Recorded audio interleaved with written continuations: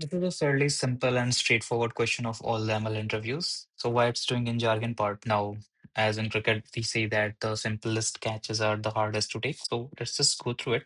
So we all know about bias versus variance trade-off. I mean, most of us know about it. It's like the dessert of all interviews. So it's like if you have a fairly complex model, it will have very high variance. Now, very high variance means that it will memorize everything. So if your data changes a bit, your model error will shoot up.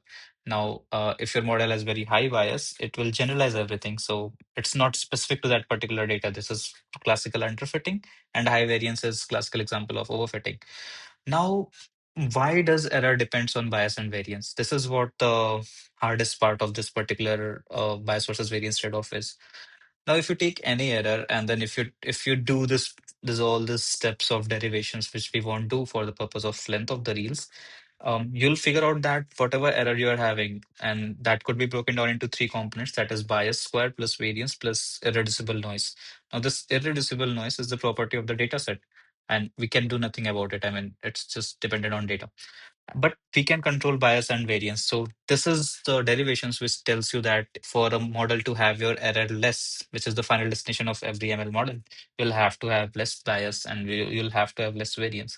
So this particular derivation is what provides you an edge when you try to explain the bias versus variance trade-off.